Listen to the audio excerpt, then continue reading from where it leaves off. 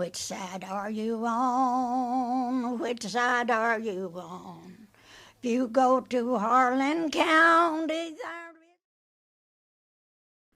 Today, Ludlow, Colorado, is a ghost town. Like so many other small mining towns that sprung up during the mining boom of the Second Industrial Revolution, it helped power the stunning growth of the world's largest industrial economy. Eventually, though, the coal was used up, and the town simply became no more. Ludlow, however, has more than its share of ghosts. It is the site of the deadliest labor war in American history, in 1914. Since the autumn of 1913, Ludlow miners had been on strike with several demands: union recognition, a request that the company adhere to Colorado's 8-hour workday law, the right to live outside of company houses, an end to being paid in scrip, money only good at company stores, and the elimination of various other abuses common to company towns of the period. For them, meaningful collective bargaining could deliver a fair day's pay for a fair day's work, not to mention a measure of dignity for these men that earned their bread in the darkness underground. On April 20th, 1914, Colorado state militiamen attacked a massive tent colony erected by striking miners and their families who had been evicted from their company homes, killing 18 of them, including women and children. The attack sparked a pitched battle. From the start of the strike, between 75 and 100 people were killed, and dozens more injured and jailed. The massacre sparked a public relations crisis for John Rockefeller Jr., the owner of the largest mining company in the state, and convinced Congress to launch an investigation into industrial conditions.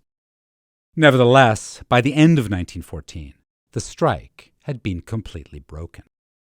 The massacre at Ludlow reminds us that class conflict has deep roots in American history. These are lessons that are especially important in the 21st century, as the gap between the wealthiest and the poorest Americans grows, as news reports announce the decline or death of the middle class, as class warfare is trumpeted by politicians and pundits, as right-to-work legislation is repeatedly introduced to state legislatures, and as the fight to increase the minimum wage gears up.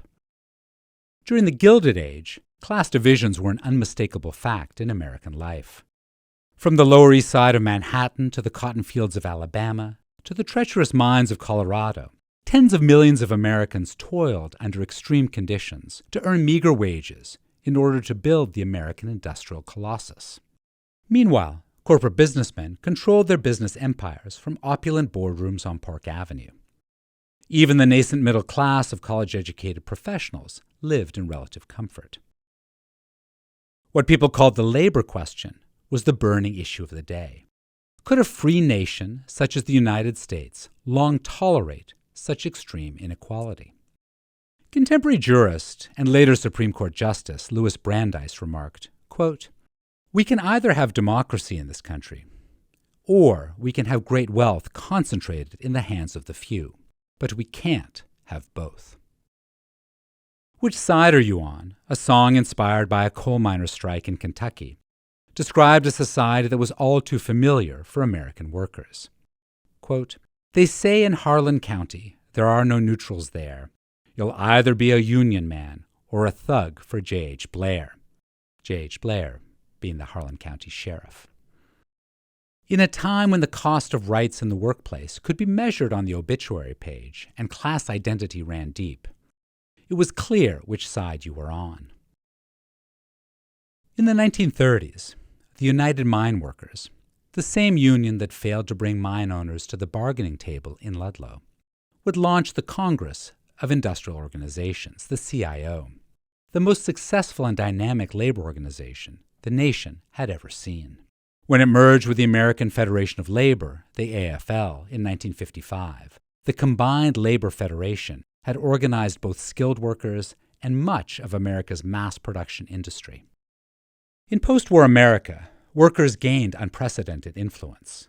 They were electing governors and presidents rather than getting shot at by militiamen.